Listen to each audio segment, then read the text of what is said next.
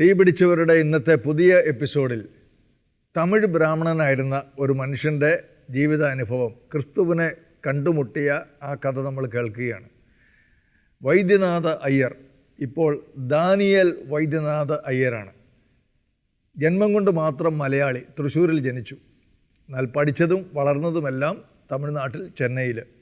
ഇപ്പോൾ കുടുംബമായി ജോലി ചെയ്യുന്നതും താമസിക്കുന്നതുമൊക്കെ അങ്ങ് വിദേശത്ത്, ദുബായിൽ.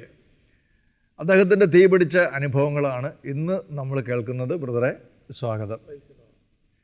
ഒരു തമിഴ് ബ്രാഹ്മണനായിരുന്ന അങ്ങ് ഈ ക്രിസ്തുവിനെ കണ്ടുമുട്ടിയ അനുഭവം നമ്മുടെ പ്രേക്ഷകരോട് ചുരുങ്ങിയ വാക്കുകളിൽ ഒന്ന് പങ്കുവയ്ക്കുക.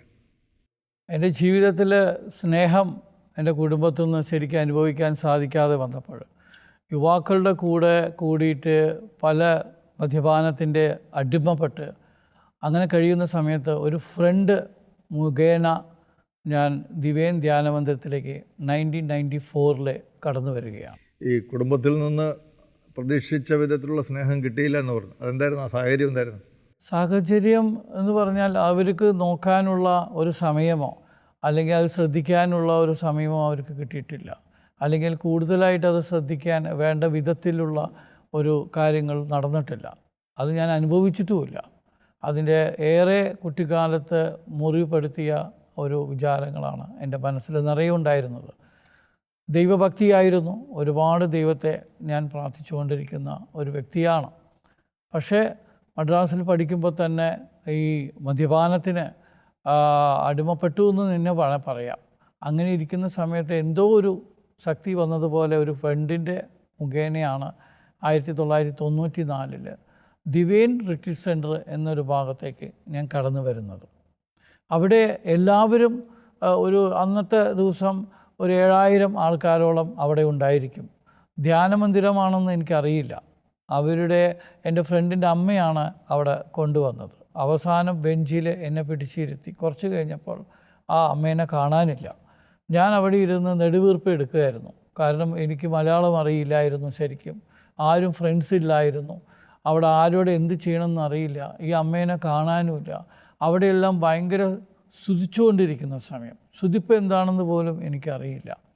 അവിടെ ദൈവസ്നേഹത്തിൻ്റെ ക്ലാസ്സായിരുന്നു എടുത്തുകൊണ്ടിരുന്നത്. അതും എനിക്ക് ശരിക്കും മനസ്സിലായില്ല.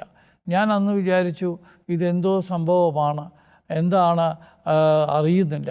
അങ്ങനെ ഇരിക്കുന്ന സമയത്താണ് ഫാദർ അഗസ്റ്റിൻ വെല്ലുരാനച്ഛൻ, അദ്ദേഹം ഇടയ്ക്കിടയ്ക്ക് ഇംഗ്ലീഷ് പറയുമായിരുന്നു അദ്ദേഹത്തിൻ്റെ പ്രസംഗത്തിൽ. അദ്ദേഹം പ്രസംഗിക്കുന്നത് പോലും എനിക്കറിയില്ലായിരുന്നു. കാരണം എനിക്ക് ഒട്ടും പരിചയമില്ലാത്ത ചിന്തിക്കാൻ പോലും പറ്റാത്ത ഒരവസ്ഥയിലാണ് ഞാൻ അവിടെ ഇരിക്കുന്നുണ്ടായിരുന്നത്. അതായത് അന്ന് വരെ കേട്ടുകേൾവി പോലും ഇല്ലാത്ത ഒരു കാര്യത്തെക്കുറിച്ചാണ് നമ്മൾ കേട്ടുകൊണ്ടിരിക്കുന്നത്. അങ്ങനെ ഇരിക്കുന്ന സമയത്ത് എൻ്റെ മനസ്സ് നിറയെ സങ്കടങ്ങളും ദേഷ്യവും വാശിയും വേറും ഒക്കെയായിരുന്നു. കാരണം ഈ സ്ത്രീ എവിടെ പോയി, എൻ്റെ ഫ്രണ്ട് എവിടെ പോയി, അങ്ങനെയൊക്കെ ഭയങ്കരമായിട്ടുള്ളൊരു തെരച്ചിലായിരുന്നു എൻ്റെ മനസ്സ്. യാതൊരു വിധത്തിലും ഒന്നും അറിയുന്നില്ല. ഇതിൻ്റെ ഇടയിൽ ഞാൻ വിചാരിച്ചു ഇത് കേരളത്തിൽ ജാഥയ്ക്ക് ഒരു കൂട്ടം ഉണ്ടാവുന്ന രീതിയിലാണെന്ന് എൻ്റെ വിചാരം. അദ്ദേഹം ഫാദർ ഇടയ്ക്ക് ഇങ്ങനെ പറയുകയാണ്, നിങ്ങൾക്ക് പരിശുദ്ധാത്മാവിനെ കിട്ടണമെങ്കിൽ നിങ്ങൾ എല്ലാം പൂർണ്ണമായി സമർപ്പിക്കണം എന്നൊരു വാക്ക് പറഞ്ഞു. മനസ്സിലായില്ല. പക്ഷേ ഇടയ്ക്ക് അച്ഛൻ ഇംഗ്ലീഷിൽ പറഞ്ഞു, if you want to really enjoy the holy spirit you are to surrender yourself എന്ന് പറഞ്ഞു. അപ്പം ഞാൻ പെട്ടെന്ന് എൻ്റെ ചെവിയിലെ ഈ സൗണ്ട് കേട്ടപ്പോൾ ഞാൻ പറഞ്ഞു, എന്താണ് ഈ സറണ്ടർ എന്ന് വിളിച്ച് പറയുന്നത്? അപ്പോൾ അതുമാത്രം എൻ്റെ ശ്രദ്ധയിൽപ്പെട്ടപ്പോൾ അദ്ദേഹം പറഞ്ഞു, നിങ്ങളുടെ കള്ളുകുടി, നിങ്ങളുടെ സിഗരറ്റ്, കയ്യിലിരിക്കുന്ന സിഗരറ്റ്, ബീഡി, പൂണൂല്, ജാതകം, അങ്ങനെ എന്തെങ്കിലും ഉണ്ടെങ്കിൽ ഇതെല്ലാം നിങ്ങൾക്ക് നേരെ വരുന്ന ബക്കറ്റിൻ്റെ അകത്ത് ഇടണമെന്ന് പറഞ്ഞു. ഞാൻ വിചാരിച്ചു ഇയാൾക്ക് എങ്ങനെ മനസ്സിലായി ഞാൻ പൂണൂലിട്ടിരിക്കുന്നു എന്ന്, അല്ലെങ്കിൽ ഞാൻ ഈ ജാതകം കൊണ്ട് നടക്കുന്നു എന്ന് ഇദ്ദേഹത്തിന് എങ്ങനെ മനസ്സിലായി? ഈ അമ്മച്ചി എങ്ങാനും പോയി പറഞ്ഞു എന്ന്. എല്ലാം കൊണ്ട് നടക്കുമായിരുന്നു ഞാൻ എപ്പോഴും. പഴ്സിൽ ജാതകം, എൻ്റെ പൂണോല്, അരുണാച്ചയുടെ എല്ലാം കയ്യിലെല്ലാ മന്ത്രവും കാര്യങ്ങളെല്ലാം എൻ്റെ കയ്യിലുണ്ടായിരുന്നു. അതിലായിരുന്നു കൂടുതൽ വിശ്വാസം. അതിൽ പൂർണ്ണമായി വിശ്വസിക്കുന്ന ഒരു വ്യക്തിയായിരുന്നു. അപ്പോൾ അദ്ദേഹം ഇങ്ങനെ പറഞ്ഞപ്പോൾ ഈ ഹോളി സ്പിരിറ്റിനെ മനസ്സിലാക്കാൻ വേണ്ടി ഞാൻ എന്ത് ചെയ്തു, അതാരും കാണാതെ ഈ ബക്കറ്റിൽ കൊണ്ടിടാം ഇട്ട ശേഷം നമുക്ക് പിന്നീട് എടുക്കാമെന്ന് ഞാൻ മനസ്സുകൊണ്ട് ചിന്തിക്കുകയാണ്. അപ്പോൾ ഒരു നീല പാക്കറ്റുകാരൻ കടന്നു വരുന്നു. അങ്ങനെ ഇട്ടപ്പോൾ ഞാനത് ഇട്ട് എൻ്റെ പൂണൂലും ആരും അറിയാതെ അതിലിട്ടു, എൻ്റെ ജാതകം അതിലിട്ടു. അച്ഛൻ പറഞ്ഞതുപോലെ തന്നെ ഈ ഹോളി സ്പിരിറ്റിനെ അനുഭവിക്കാൻ വേണ്ടി തന്നെ, എന്താണ് പോലും ഹോളി സ്പിരിറ്റ് അറിയില്ല, ഇത് അറിയിക്കാൻ വേണ്ടി തന്നെ ഞാൻ അതിലിട്ടിട്ട് കണ്ണടയ്ക്കാൻ പറഞ്ഞു. ഞാൻ കണ്ണടച്ചു. കണ്ണടച്ച് കുറേ നേരം കഴിഞ്ഞപ്പോൾ എനിക്ക് കണ്ണുകൾ തുറക്കാൻ സാധിക്കുന്നില്ല. എന്താണെന്ന് അറിയില്ല. ഞാൻ എൻ്റെ കൈ കൊണ്ട് ഇങ്ങനെ കണ്ണിങ്ങനെ ശരിയാക്കി നോക്കുന്നു, കണ്ണ് തുറക്കാൻ പറ്റുന്നില്ല. കുറച്ച് കഴിഞ്ഞപ്പോൾ ഷോക്കടിച്ചതുപോലെ എൻ്റെ ശരീരത്തിൽ മുഴുവൻ എന്തോ ഒരു ഫീലിംഗ് വന്ന് എൻ്റെ തലയ്ക്ക് മുകളിൽ ഒരു തീ അഗ്നിനാളം അങ്ങനെ കടന്ന് ചുറ്റുകയാണ്. എന്താണെന്നറിയില്ല. ഞാനത് പുതിയ ട്രാൻസ്ഫോർമേഷനിലേക്ക് മാറിക്കൊണ്ടിരിക്കുന്നു, ഒരു പുതിയ സൃഷ്ടിയായി മാറിക്കൊണ്ടിരിക്കുന്നു എന്നല്ല എനിക്ക് തോന്നുന്നുണ്ട്. നിലവിളിക്കാൻ തോന്നുന്നുണ്ട്, കത്താൻ തോന്നുന്നുണ്ട്, എന്താണെന്നറിയില്ല. പെട്ടെന്ന് ഞാൻ എഴുന്നേറ്റ് നിന്ന് എന്തൊക്കെയോ ഭാഷയിൽ സംസാരിക്കുന്നത് മാത്രം എനിക്ക് മനസ്സിലായി. പെട്ടെന്ന് നോക്കിയപ്പോൾ അവിടെ ഞാൻ മാത്രമേ എഴുന്നേറ്റ് നിൽക്കുന്നുള്ളൂ, ബാക്കിയെല്ലാം ഇരിക്കുകയാണ് ചെയ്തത്. എന്ത് പറ്റിയെന്ന് എനിക്കറിയില്ല. വളരെ സങ്കടം തോന്നി. ഞാൻ അന്ന് അറിയാതെ എൻ്റെ കണ്ണിൽ കൂടെ എന്നെ അടിച്ചാൽ പോലും ഞാൻ കരയാത്ത ഒരു വ്യക്തിയാണ്. അന്ന് എനിക്ക് വിക്കലുണ്ട്. അന്ന് ചെറുപ്പത്തിൽ തന്നെ എൻ്റെ നാവിൽ ഒരു വിക്കലുണ്ട്. അന്ന് ഞാൻ എന്ത് ഭാഷ സംസാരിച്ചതെന്നും അറിയാൻ പറ്റത്തില്ല. പക്ഷേ ഒരു ഭാഷ ശരിക്കും പറഞ്ഞ് ഭയന്ന് പോയോ? ഈ വായിൽ നിന്ന് ഇതുവരെ പരിചയമില്ലാത്ത ചില വാക്കുകളൊക്കെ പുറത്തേക്ക് വരിക. ഞാൻ ഭയന്ന് പോയി. എനിക്ക് തമിഴിൽ പറയും പൈത്യം പിടിച്ചോ, എനിക്ക് പ്രാന്ത് പിടിച്ചോ എന്ന് വരയ്ക്കും ഞാൻ തോന്നി. എൻ്റെ അമ്മച്ചിയൊക്കെ പറഞ്ഞു ഇങ്ങനെ എനിക്ക് ശനിദശയാണ്, ഇനി അതിൻ്റെ പേരിലാണോ, ഇങ്ങനെയൊക്കെ ഞാൻ ഉള്ളിൻ്റെ ഉള്ളിൽ പറഞ്ഞു. പക്ഷേ ഈ ഷോക്കടിച്ചതിൻ്റെ ഫലം എന്താണെന്നറിയില്ല. റിയലി അന്ന് എനിക്ക് ഭയങ്കര ഹാപ്പി. ഇപ്പോൾ കൂടെ എനിക്ക് ആ ഫീലിംഗ് ഉണ്ട്, അത് വിചാരിക്കുമ്പോഴേക്കും ആ ഫീലിംഗ് ഉണ്ട്. അന്ന് ഞാൻ എൻ്റെ മനസ്സുകൊണ്ട് ഞാൻ ഓട്ടോമാറ്റിക്കലി പറയുക, അവിടെ ഒരു വൈദികനോ ഒരു ബ്രദറോ അല്ലെങ്കിൽ ഒരു സഭയോ ഒന്നും എനിക്കറിയാത്ത, കത്തോലിക്കയോ ഒന്നും എനിക്കറിയില്ല. പക്ഷെ അന്ന് എനിക്ക് ഒന്നറിയാം, ജീസസ് ക്രൈസ്റ്റാണ് എൻ്റെ ദൈവം, സത്യമായ ദൈവമെന്ന് എൻ്റെ മനസ്സിൽ നിന്ന് നിറഞ്ഞു വന്നിട്ട് പോലും ജീസസ് ക്രൈസ്റ്റ് എന്ന് വിളിക്കാൻ പോലും പറ്റാതെ ഇരിക്കുന്ന സമയത്താണ് ഈ ഭാഷകൾ കടന്നു വരുന്നത്. ആ ഭാഷകൾ ഹല്ല ഷന്നറ ബറ തറ ഷെത്തിരി ഗിബിരി ഗിമാറ എന്നുള്ളൊരു ഭാഷയാണ് കടന്നു വന്നത്. പിന്നെ മുമ്പ് ഇങ്ങനെയുള്ള വാക്കുകളൊന്നും ജീവിതത്തിൽ ഒരിക്കൽ പോലും കേട്ടിട്ട് പോലുമില്ല. ഒരിക്കലും കേട്ടിട്ടില്ല. ജീസസ് ക്രൈസ്റ്റിനെ പോലും എനിക്കറിയില്ല. ക്രിസ്ത്യാനികളുടെ ദൈവം എന്തായി പറയുന്നതെന്നോ പറയുന്നതിൻ്റെ അർത്ഥം എന്താണെന്നോ ഈ വാക്കുകൾ ഏത് ഭാഷയിലുള്ളതാണെന്നോ എന്നൊന്നും അറിഞ്ഞുകൂടാ. ഒന്നും അറിഞ്ഞുകൂടാ. എന്തൊക്കെയോ അങ്ങനെ പുലമ്പുകയാണ്. അതിനുശേഷം നമുക്ക് തോന്നി ഇതാണ്ട് പൈത്യം പിടിച്ചാന്ന് തോന്നി. എനിക്ക് തോന്നി ഇത് പൈത്യം ജാതകത്തിലുള്ളതുപോലെ ശനിദശയുടെ ഒരു അപാരമായ ഒരു അവസ്ഥയാണെന്ന് തോന്നി. തീർച്ചയായിട്ടും ഞാനത് ശരിക്കും ഭയന്നു. അത് മാത്രമല്ല, ഭയപ്പെടാൻ വേറെ കാര്യമുണ്ട്. കാര്യം ഞങ്ങളുടെ പൂണൂലെന്ന് പറഞ്ഞാൽ വലിയ കാര്യമാണ്. ആ പൂണൂലൊക്കെ ബക്കറ്റിലെടുത്തിട്ട് കഴിഞ്ഞാൽ വീട്ടിൽ നിന്ന് പുറത്താക്കി എന്നുള്ളതാണ് ഉറപ്പ്. അപ്പോൾ ഇടയ്ക്കൊന്ന് ചോദിക്കട്ടെ, അവിടെ ആരെങ്കിലും മതം മാറാനോ സ്നാനപ്പെടാനോ അങ്ങനെ എന്തെങ്കിലും ആവശ്യപ്പെട്ടായിരുന്നോ? ഇല്ല, ആരും ഇതുവരെ ആരും എന്നെ അറിയും കൂടിയില്ല. എന്നെ അവിടെ ഈ ഫ്രണ്ടിൻ്റെ അമ്മ അവിടെ കൊണ്ടാക്കി എന്നല്ലാതെ ആ ദിവ്യൻ റിട്രീറ്റ് സെൻറ്ററിൽ ഒരാൾക്ക് പോലും എന്നെ അറിയില്ല. അതിലൊക്കെ ഉപരി എനിക്കാരും അറിയത്തില്ല. ഓക്കെ, പിന്നീട് എന്താ സംഭവിച്ചത്? അതിനുശേഷം ഞാൻ തീരുമാനിക്കുകയാണ്, ഇനി ഞാൻ ഇവിടം തൊട്ട് പോകത്തില്ല.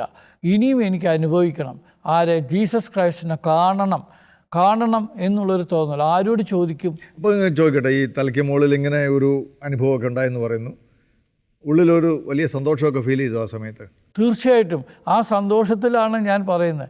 അത്രയും സന്തോഷം എൻ്റെ ജീവിതത്തിൽ ഇന്ന് വരെ എനിക്ക് കിട്ടിയിട്ടില്ല. എൻ്റെ കുടുംബത്തിൽ നിന്നോ കൂട്ടുകാരിൽ നിന്നോ മറ്റുള്ള സമൂഹത്തിൽ നിന്നോ ഒന്നും എനിക്ക് ആ സന്തോഷം അനുഭവിക്കാൻ പറ്റിയിട്ടില്ല. ആ റിയൽ സന്തോഷം എന്ന് പറഞ്ഞാൽ അത് അനുഭവിച്ചവർക്ക് മാത്രമേ അത് പറയാൻ പറ്റത്തുള്ളൂ. ആ അനുഭവം എനിക്ക് ഭയങ്കര വലുതാണ്, ഇപ്പോഴും വലുതാണ്, അന്നും വലുതാണ്. അത് അനുഭവം വരുമ്പോൾ മെയിനായിട്ട് സന്തോഷമാണ് വരുന്നത്. അതായത് ഏറ്റവും സന്തോഷിക്കാൻ അതുപോലൊരു സന്തോഷമാണ് നമുക്ക് കിട്ടുന്നത്. അവിടെ ചാപ്പലിൽ പോയിട്ട് ഇരിക്കാൻ പഠിച്ചത്. ഞങ്ങളെപ്പോഴും ചമണം കുട്ടിയിട്ടാണ് ഇരിക്കുക, മുട്ടുകുത്താനൊന്നും അറിയില്ല. അങ്ങനെ പെട്ടെന്ന് ഇരിക്കുന്ന സമയത്താണ് എനിക്ക് തോന്നിയത്, ഇത് എന്തായാലും ഈശോൻ്റെ മുമ്പിൽ ഈശോൻ്റെ തിരുരക്തവും തിരുശരീരവും ഭക്ഷിക്കണം, എന്നാൽ മാത്രമേ അത് പൂർണ്ണമാകുള്ളൂ എന്നുള്ളത് തന്നെ തോന്നല. ആരും എന്നോട് പറഞ്ഞില്ല. രാവിലെ 3:30 മണിക്ക് ആ യേശുനാഥൻ്റെ രൂപത്തിൻ്റെ മുമ്പിൽ ഞങ്ങൾ സാധാരണ ഈശോനെ അങ്ങനെ മുത്തുമൊന്നുമില്ല, രൂപങ്ങൾ മുത്തൊന്നുമില്ല, കാര്യം എച്ചിലാവെന്ന് പറഞ്ഞ മുത്തമില്ല. പക്ഷെ ഞാൻ അന്ന് അവിടെ ചെന്നിട്ട് 3:30 മണിക്ക് യേശുവിനോട് പറഞ്ഞു, യേശുവേ, നീയും ഞാനും മാത്രമേ ഇത് അറിയുന്നുള്ളൂ. ഞാൻ മനസ്സുകൊണ്ട് പറയുകയാണ്, എനിക്ക് നിൻ്റെ ശരീരവും തിരുരക്തവും ഭക്ഷിക്കണം. എങ്ങനെയാണെന്ന് പോലും എനിക്കറിയില്ല. എൻ്റെ കൂടെ ആരുമില്ല, എല്ലാവരും ഓപ്പോസിറ്റാണ്. ഇപ്പം എനിക്ക് നിൻ്റെ നാമം പറയുമ്പോൾ, നിൻ്റെ വചനം കേൾക്കുമ്പോൾ എനിക്ക് സന്തോഷമാണ്. അത് നീ എടുത്ത് കളയരുത്. നീ കളഞ്ഞാൽ ഞാൻ അങ്ങനെ ആത്മഹത്യ ചെയ്യുമെന്ന് യേശുവോട് പറയണം.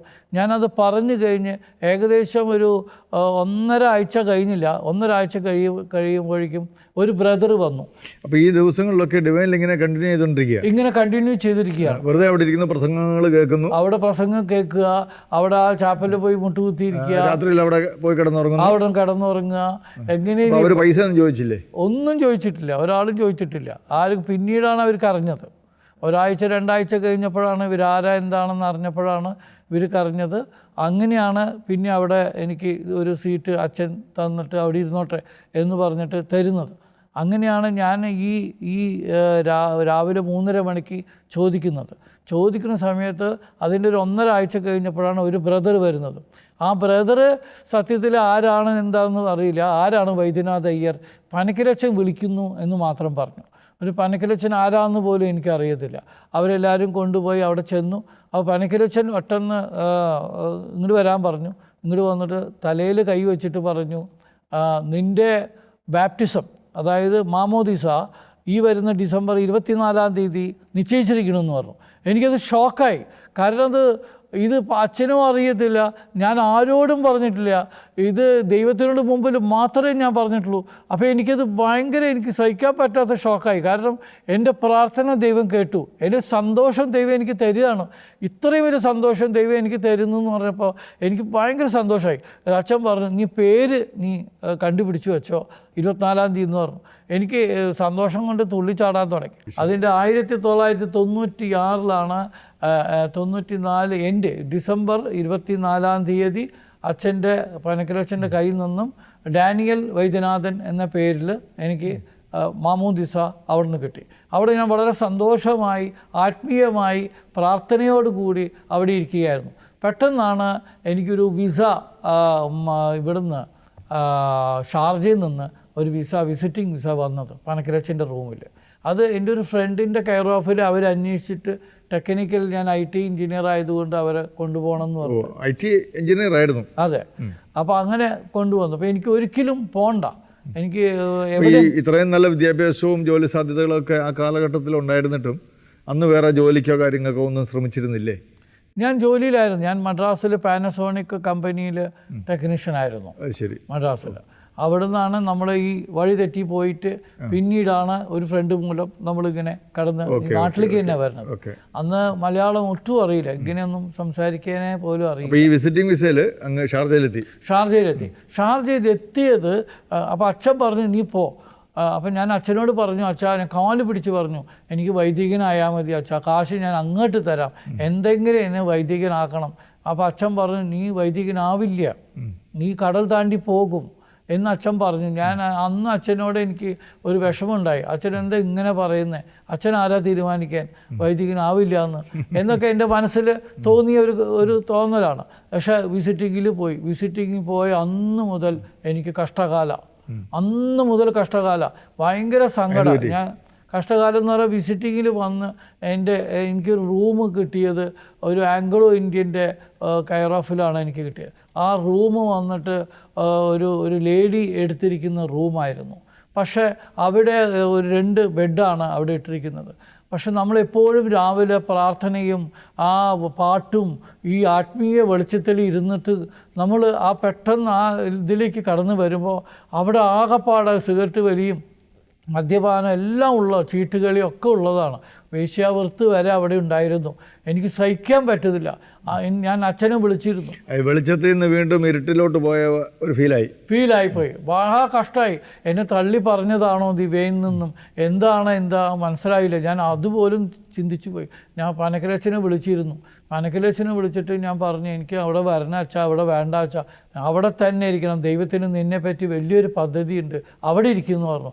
എന്ത് ചോദിച്ചാലും ഇങ്ങനെ പദ്ധതി ഉണ്ട് എന്ന് പറയും, ഒന്നും മനസ്സിലാവണില്ലല്ലോ എന്ന് എത്ര നാളത്തേക്കുള്ള പദ്ധതിയാണെന്ന് പോലും നമുക്ക് മനസ്സിലാവുന്നില്ല. അറിയില്ല. ബൈബിൾ വായിക്കാൻ പറ്റുന്നില്ല. എനിക്കിതെല്ലാം കണ്ടിട്ട് വളരെ സങ്കടമായി.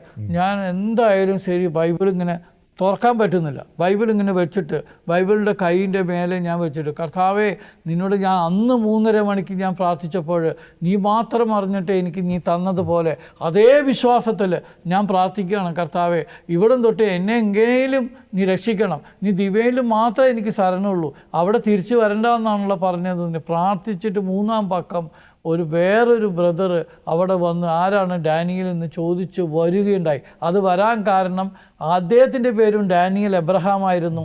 അദ്ദേഹം ഷാർജ കമ്മ്യൂണിറ്റിയിൽ കോർ ഗ്രൂപ്പ് മെമ്പറായിരുന്നു, ലീഡറായിരുന്നു. അദ്ദേഹം ഇവിടെ അച്ഛനെ വിളിക്കാൻ വേണ്ടി ദിവൈനിൽ വന്നിരിക്കുകയായിരുന്നു.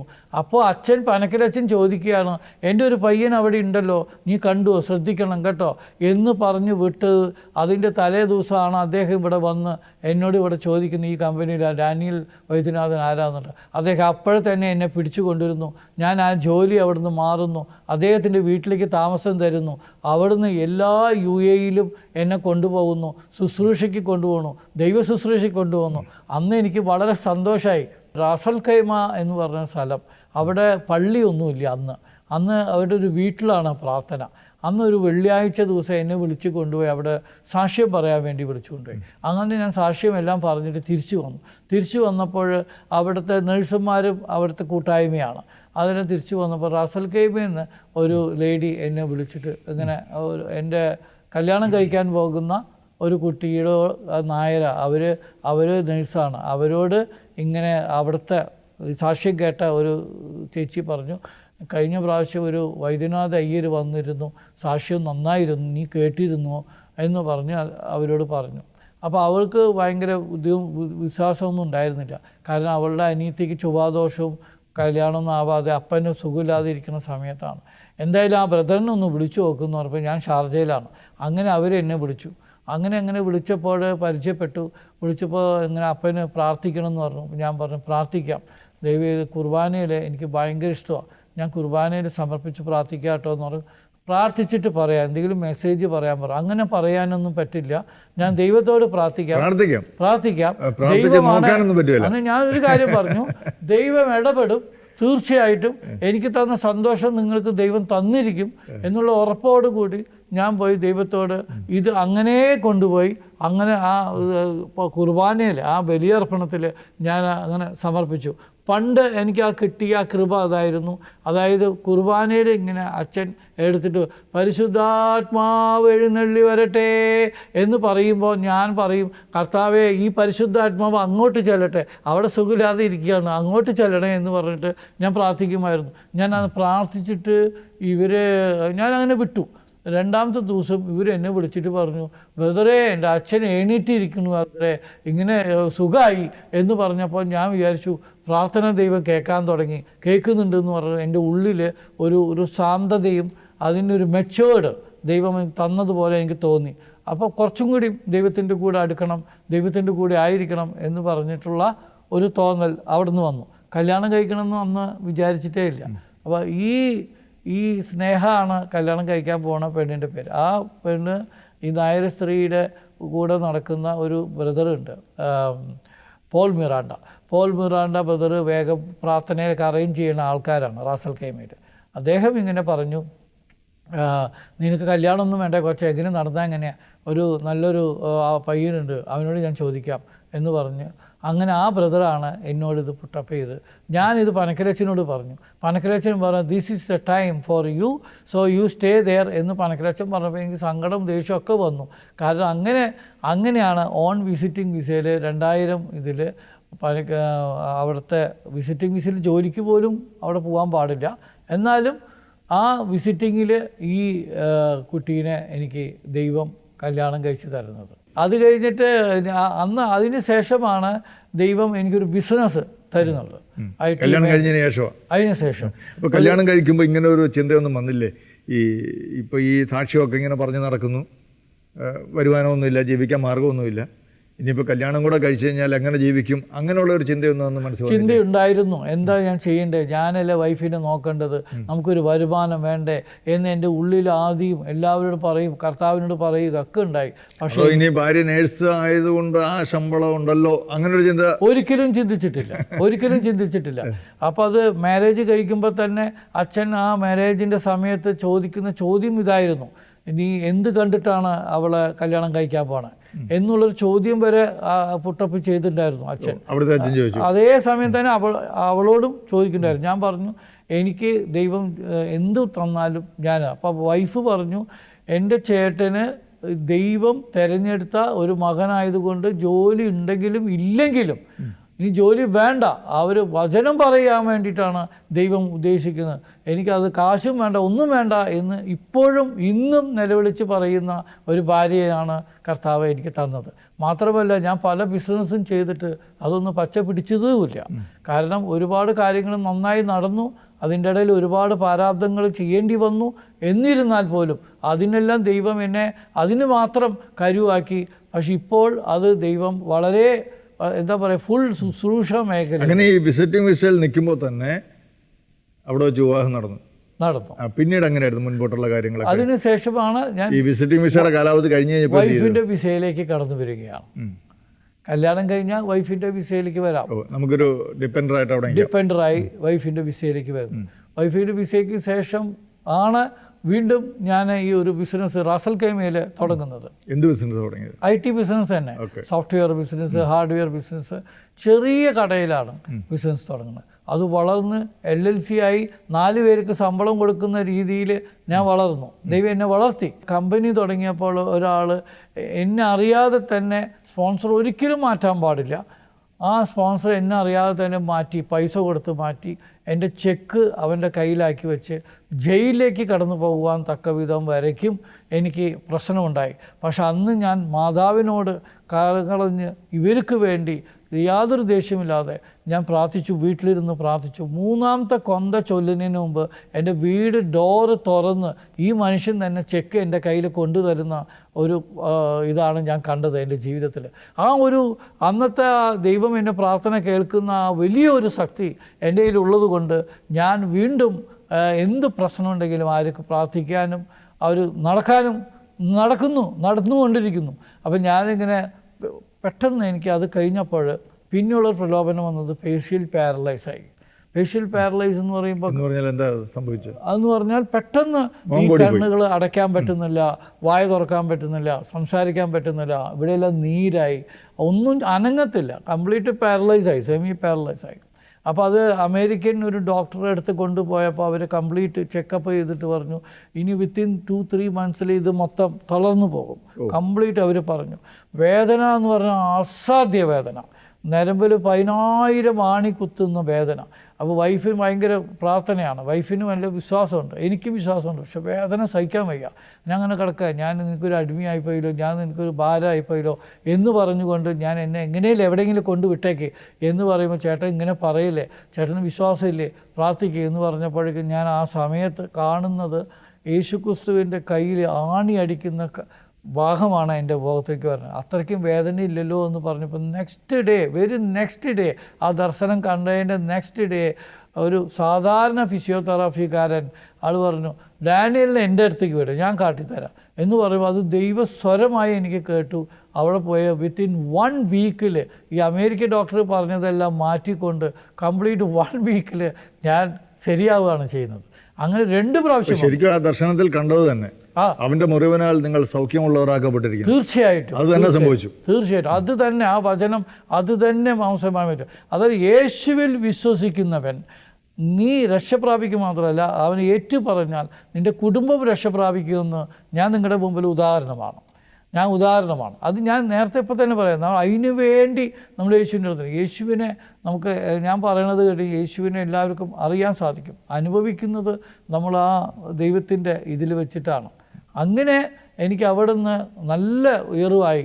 അതായത് യേശു നല്ലവണ്ണം ഉയർത്തി, റാസൽ ഖൈമ കോർഡിനേറ്ററായി, വചനപ്രസംഗത്തിൻ്റെ റാസൽ ഖൈമയിലുള്ള ഒരു വർഗീസ് വക്കച്ചനും അദ്ദേഹത്തിൻ്റെ ഭാര്യ ഈ നഴ്സുമാരുടെയൊക്കെ ഇടയിൽ പ്രവർത്തിക്കുന്ന ഒരു ലിസി ചേച്ചിയൊക്കെ ഉണ്ടല്ലോ, അവരെയൊക്കെ അറിയൂ? തീർച്ചയായിട്ടും ഇപ്പോഴും പ്രവർത്തിക്കുന്നുണ്ട്. ഇപ്പോഴത്തെ കോർഡിനേറ്റർ അദ്ദേഹമാണ്. അവരുടെ മക്കളും എല്ലാവരും പ്രവർത്തിക്കുന്നതാണ്. മറ്റേ കുർബാനയ്ക്ക് പാട്ട് പാടാനും മക്കളെല്ലാം അതുപോലെയാണ് വളർത്തിയിരിക്കുന്നത്. അങ്ങേക്ക് മക്കൾ എത്ര പേരുണ്ട്? ആർക്ക്? എനിക്ക് മക്കളില്ല. ഓ, ദൈവം മക്കളെ തന്നിട്ടില്ല, മക്കളെ കിട്ടിയിട്ടില്ല. പക്ഷെ ഇപ്പോഴും വിശ്വാസത്തിന് ഒരു കുറവുമില്ല. ദൈവം തന്നാൽ നമ്മളെടുക്കും, തന്നില്ലെങ്കിലും പ്രൈസ് ലോർഡ് എന്ന് പറയാൻ 1000 നാവാണ്. തരാതെ പ്രൈസ് ലോർഡ് പറയും. തന്നില്ല എന്ന് എഴുതി നമുക്ക് പരാതിയില്ല, ഒട്ടും പരാതിയില്ല. കാരണം എന്ന് വെച്ച് കഴിഞ്ഞാൽ അതിലൊക്കെ ഉപരിയാണ് നമുക്ക് തന്നിരിക്കുന്നത്. നമ്മൾ ചോദിക്കാതെ തന്നെ ദൈവസ്നേഹം, അതായത് ആ സന്തോഷം, ഞാൻ പറഞ്ഞില്ലേ, അങ്ങനെ വേണമെങ്കിൽ പറയാം, ആ സന്തോഷം അനുഭവിച്ചു. ക്രിസ്തുവിനേക്കാൾ വലുതല്ല, ക്രിസ്തു നൽകുന്ന സമാധാനത്തെക്കാൾ സന്തോഷത്തെക്കാൾ വലുതല്ല മറ്റൊന്നും. ഭാര്യ ആയിക്കോട്ടെ, മക്കളായിക്കൊള്ളട്ടെ, വീടായിക്കൊള്ളട്ടെ, ജോലിയാകട്ടെ, വരുമാനമാകട്ടെ, ഇതൊന്നും അല്ല, ക്രിസ്തുവിനേക്കാൾ വലുതല്ല എന്നുള്ളത് അങ്ങേക്ക് അടിവരയിട്ട് പറയാൻ പറ്റും. അടിവരയിട്ട് തന്നെ ഞാൻ ജീവിതത്തിൽ നിന്നുകൊണ്ട് പറയാൻ പറ്റും. എൻ്റെ മനസ്സ് തുറന്ന് ഞാൻ പറയാണ്. ഇപ്പൊ ഈ അടുത്ത നിമിഷം മരിച്ചു പോയാലും കുഴപ്പമില്ല. ഇത് തന്നെയാണ് വാസ്തവത്തിൽ ഏറ്റവും വലിയ സാക്ഷ്യം. ക്രിസ്തുവിനേക്കാൾ വലുതല്ല നമ്മുടെ ജീവൻ പോലും.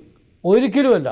ഈ ജീവൻ നിൽക്കുന്നത്, കണ്ണ് കാണുന്നത്, സംസാരിക്കുന്നത്, ഇപ്പം ഞാൻ നിങ്ങളുടെ മുമ്പിൽ നിൽക്കുന്നത്, ശ്വാസം വലിക്കുന്നത്, ഇത് ജീസസ് ക്രൈസ്റ്റ് തന്ന അത്രയും വലിയ ദാനമാണെന്ന് പൂർണ്ണമായി വിശ്വസിച്ച് നടക്കുന്നവനാണ് ഞാൻ.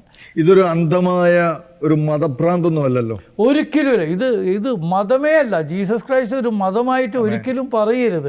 അതുകൊണ്ടാണ് ഞാൻ പറഞ്ഞത്, ജീസസിനെ പറ്റി അറിയണമെങ്കിൽ ആ ജീസസിൻ്റെ പ്രസംഗം കേൾക്കണം, ക്ഷമയോടെ കേൾക്കുവാൻ ഒരു ചാൻസ് കിട്ടണം. അതിനെ നമ്മൾ വേറെ രീതിക്ക് ചിന്തിച്ചാൽ എത്രയോ ടോക്കുകൾ നമ്മൾ കേൾക്കുന്നു, അതിനെപ്പറ്റി വിമർശനം ചെയ്യുന്നു. അപ്പോൾ ആരെങ്കിലും യേശുവിനെ പറ്റി അറിയണമെന്ന് ചിന്തിച്ചു കഴിഞ്ഞാൽ തന്നെ അവന് 50% ഹീലായി എന്ന് ചിന്തിക്കുന്ന ഒരു വ്യക്തിയാണ് ഞാൻ. കാരണം അത്രയ്ക്കുണ്ട് അതിൽ കാര്യങ്ങൾ. അതാണ് പറഞ്ഞത്, ആ ടേസ്റ്റ് അറിഞ്ഞവന് മാത്രമേ അത് പറയാൻ പറ്റുള്ളൂ. എത്ര വയസ്സുണ്ട്? എനിക്ക് 59. ഓക്കെ. അപ്പോൾ ഇനിയുള്ള മുൻപോട്ടുള്ള ജീവിതത്തിലും അങ്ങ് ക്രിസ്തുവിന് വേണ്ടി നിലപാടെടുത്ത് ക്രിസ്തുവിനെ പ്രതി ജീവിച്ച് മറ്റെന്തെല്ലാം നഷ്ടങ്ങൾ സംഭവിച്ചാലും ഒന്നും കിട്ടിയില്ലെങ്കിലും ഒരു നേട്ടം ഉണ്ടായില്ലെങ്കിലും ക്രിസ്തുവിന് വേണ്ടി മാത്രം ജീവിക്കാനുള്ള ആ ഒരു പ്രചോദനമാണ് അങ്ങയെ മുൻപോട്ട് ഇനിയും നയിക്കുന്നതെന്ന് മനസ്സിലാക്കുന്നതിൽ തെറ്റുണ്ടോ? ഒരു തെറ്റുമില്ല. കാരണം അത് തന്നെയാണ് ഇനി എൻ്റെ ജീവിതം മുഴുവൻ, എൻ്റെ ജീവിത പങ്കാളിയും അതാണ് എൻ്റെ ഏറ്റവും വലിയ ശക്തി എന്ന് പറയുന്നത്. അതാണ് ജീവിത പങ്കാളിനെ എനിക്ക് തന്നത് കർത്താവിനെ അറിയുന്നവളാണ്. ഞാൻ കർത്താവിനോട് പറഞ്ഞതാണ്, ഇനി കല്യാണം കഴിക്കാൻ പോകുന്നു കർത്താവേ, അത് ദൈവത്തിൻ്റെ പദ്ധതിയാണെങ്കിൽ ആയിക്കോട്ടെ, പക്ഷേ എനിക്ക് ഒറ്റ ഡിമാൻഡേ ഉള്ളൂ, അവൾ നിന്നെ അറിയണം, അവളെ നിന്നെ അറിഞ്ഞിരിക്കണം, ഞാൻ പറയാതെ തന്നെ അവൾക്ക് നീ അറിയണം എന്ന് ഞാൻ പറഞ്ഞപ്പോൾ ഞാൻ പറയാതെ തന്നെ ദൈവം അവൾക്ക് വിശ്വാസം കൊടുത്തു, അതിലേറെ വിശ്വാസം കൊടുത്തു. എന്നെ എപ്പോഴും സപ്പോർട്ട് ചെയ്യുന്ന ഒരു ഭാര്യയായി. അത് എൻ്റെ ജീവിതത്തിൽ, ഭൂമിയിൽ മനുഷ്യ ജീവിതത്തിൽ കിട്ടിയ ഒരു ഭാഗ്യം തന്നെയാണ്. അതിൽ വലിയ ഭാഗ്യമൊന്നും എനിക്കില്ല. ബാക്കി എന്ത് കിട്ടിയാലും അതെനിക്ക് ഗിഫ്റ്റാണ്. എന്ത് തന്നാലും, ഒരു ഗ്ലാസ് ചായ തന്നാലും അതെനിക്ക് ഗിഫ്റ്റാണ്. എന്ത് തന്നാലും അതൊന്നും ഞാൻ പ്രതീക്ഷിക്കുന്നില്ല. ഇനി എൻ്റെ ജീവിതം, എൻ്റെ മരണം വരയ്ക്കും കർത്താവ് എന്നെ കൈ പിടിച്ച് കർത്താവിലേക്ക് ഉയർത്തണമേ എന്ന് മാത്രമുള്ള ചിന്തയാണ്. അങ്ങേക്ക് എപ്പോഴെങ്കിലും ജീവിതത്തിൽ ഒരിക്കലെങ്കിലും ഈ ക്രിസ്തുവിനെ കണ്ടുമുട്ടിയില്ലായിരുന്നുവെങ്കിൽ, അല്ലെങ്കിൽ വേണ്ടായിരുന്നു, ഇങ്ങനൊരു അനുഭവത്തിലേക്കൊന്നും വരേണ്ടിയിരുന്നില്ല എന്നെപ്പോഴെങ്കിലും തോന്നാനിടയായിട്ടുണ്ടോ? ഇല്ല, ഒരിക്കലും ഇല്ല. അങ്ങനെ ചിന്ത പോലും വന്നിട്ടില്ല? ഒരിക്കലും വന്നിട്ടില്ല. ക്രിസ്തുവിനെ കൂടുതലായിട്ട് വന്നിട്ടുള്ളൂ. അതിന് കിട്ടാത്തതിന് കരഞ്ഞിട്ടേ ഉള്ളൂ. ആകാശം നോക്കി കരയുന്നുണ്ട് ഞാൻ, ഇപ്പോഴും കരയുന്നുണ്ട്. കാരണം കർത്താവ് ഈശോയെ അത് എങ്ങനെ പറയുക ഞാൻ, അതുപോലെയുള്ള അത് ക്രിസ്തു തിരഞ്ഞെടുത്ത അതിന് വ്യത്യാസമൊന്നും നമ്മൾ നോക്കേണ്ട ആവശ്യമില്ല. ഞാനല്ല കർത്താവിനെ തിരഞ്ഞെടുത്തത്, കർത്താവാണ് എന്നെ തിരഞ്ഞെടുത്തത്. മാനവരാശിനെ മുഴുവൻ കർത്താവാണ് തിരഞ്ഞെടുത്തത്. പക്ഷെ അത് മനസ്സിലാക്കാനുള്ള സന്മനസ്സ് അവർ കാണിച്ചാൽ, ഒരു മനുഷ്യൻ കാണിച്ചാൽ ക്രിസ്തുവിനെ അറിയും. ക്രിസ്തുവിനെ അറിഞ്ഞാൽ വിട്ടുകൊടുക്കില്ല, ഒരിക്കലും വിട്ടുകൊടുക്കില്ല. എന്ത് സഹനമോ, നമ്മൾ എന്ത് ഉത്കണ്ഠയോ, എന്ത് ആകുലതയോ നിൻ്റെ ജീവിതത്തിൽ വന്നു പോക്കോട്ടെ, കർത്താവ് അവൾ സൗഖ്യമാക്കുന്ന അനുഭവത്തിലാണ് ഞാൻ പറയുന്നത്. ഞാനത് മറ്റുള്ളവർക്കും അത് അനുഭവമാകും, ആയിക്കൊണ്ടിരിക്കുന്നു. ഇപ്പോൾ ഈ കോവിഡ് വന്ന കാലമായാലും ശരി, ഇനി ഇതിന് എത്രയേ പൊട്ട കാലം വന്നോട്ടെ, ഒരു കുഴപ്പമില്ല. ആ വചനത്തിൽ നമ്മൾ വിശ്വസിക്കുകയാണെങ്കിൽ, എൻ്റെ അനുഭവത്തിൽ പറയുകയാണ്, വചനത്തിൽ വിശ്വസിക്കുകയാണെങ്കിൽ തീർച്ചയായിട്ടും മാർക്കോസിൻ്റെ സുവിശേഷത്തിൽ പറയുന്നുണ്ട്, 24:12 പറയുന്നത്, വിശുദ്ധ ലിഖിതങ്ങളോ നിങ്ങൾക്ക് ആ കർത്താവിൻ്റെ വചനങ്ങളോ അറിയാത്തത് കൊണ്ടല്ലേ നിങ്ങളുടെ ജീവിതത്തിൽ തെറ്റുപറ്റുന്നത്. അച്ചിട്ടാണത്. ആ കർത്താവിൻ്റെ വചനമാണ് യേശു തന്നെയാണ് വചനം. അങ്ങനെ വിശ്വസിക്കുന്ന ഞാൻ, ആ വിശ്വാസം തന്നെ, ഞാൻ അങ്ങനെ പറയാൻ പാടില്ല, ദൈവം തന്ന ദാനമാണ് വിശ്വാസം. ഓക്കെ, അങ്ങ് സ്വീകരിച്ച ഈ വിശ്വാസം 10,000-ങ്ങളിൽ നിന്നും ലക്ഷങ്ങളിൽ നിന്നും വിളിക്കപ്പെട്ട, വേർതിരിക്കപ്പെട്ട കർത്താവിൻ്റെ ഒരു സുവിശേഷ വേലക്കാരനായി അത്രയും ഉന്നതമായ ഒരു പദവി അങ്ങേക്ക് ദൈവം തന്നു. ആ വിളിയോടും ദൈവം ഏൽപ്പിച്ച ദൗത്യത്തോടും പൂർണ്ണ വിശ്വസ്തത പുലർത്തിക്കൊണ്ട് ഇനിയും ജീവിതാവസാനം വരെയും മുന്നോട്ട് പോകാനുള്ള, അനേകരെ ക്രിസ്തുവിന് വേണ്ടി നേടുവാനുള്ള ആ ഒരു വലിയ ശക്തി അങ്ങേക്ക് ലഭിക്കട്ടെ എന്ന് പ്രാർത്ഥിക്കുന്നു. അങ്ങയുടെ ഈ സന്ദേശം, അങ്ങയുടെ ഈ ജീവിതാനുഭവം അനേകർക്ക് ഒരു അനുഗ്രഹമായി തീരട്ടെ എന്ന് നമുക്ക് പ്രാർത്ഥിക്കാം. Praise the Lord. ദൈവം അനുഗ്രഹിക്കട്ടെ.